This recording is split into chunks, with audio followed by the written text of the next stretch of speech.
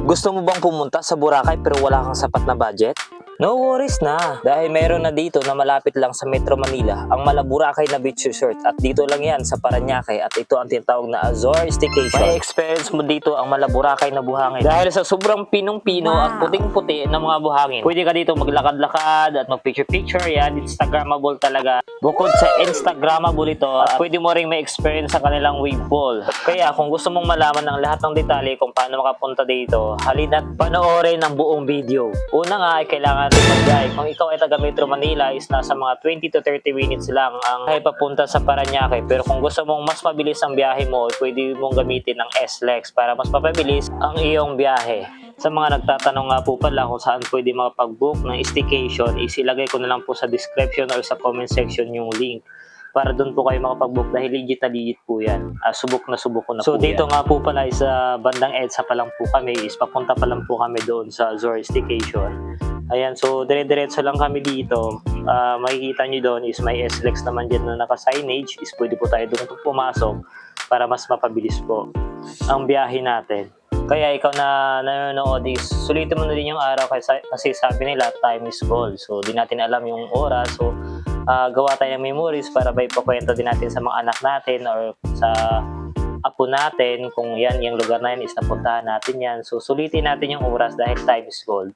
So ayan no, so minsan lang to, kaya sulitin na natin. Fast forward na nga tayo, is ngayon is andito na kami sa SLEX at ito is pa-exit na kami dito sa Bicutan. Ayan, so paglabas natin dyan is makikita agad natin yung yung malaking building na yan no.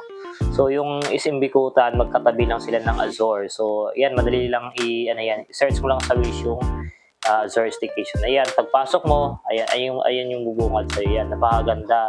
Napaka ng hangin, maaliwalas, stress reliever talaga. So sa pagpasok nyo nga pala dito, ito yung bubungad sa iyo yan. May mini billiard sila. So lahat kompleto na sa gamit. Mayroon din silang coffee maker. Ayan, so kung gusto mo magkape. Ayan, so meron din silang alagay ng mga baso, utensils, so sa mga pagtimpla. Ayan, so meron din silang microwave. So kahit wala ka nang daling gamit, yan, lutuin na lang. So meron din silang lagay ng utensils, mga plato.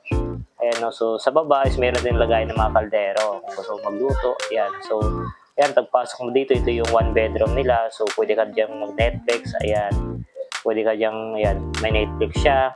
Pwede kang manood. Ayan, meron din silang PS4 kung mahilig kang maglaro. Ayan, sulit na sulit. Ayan, no. So naglaro ako dyan ng NBA. So ayan, so paglabas mo, ito yung bubungad sa'yo. Kaya masasabi mo talang sulit na sulit yung staycation mo. So ayun, paglabas ng kortina, ayan. So ayan, napakaaliwalas naman talaga. Yung hangin pa lang, wow.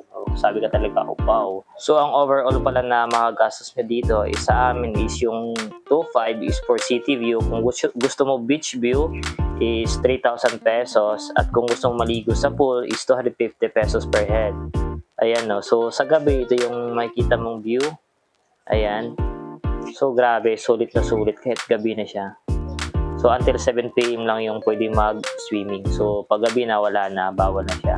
So ikaw, tanongin kita, sa halagang 3,000 pesos mo, sulit ba? Comment down below kung sulit ba ang 3,000 pesos mo. Thanks for watching mga pars. So may mga tanong kayo is comment ko lang down below para masagot ko ng diretso. Thank you!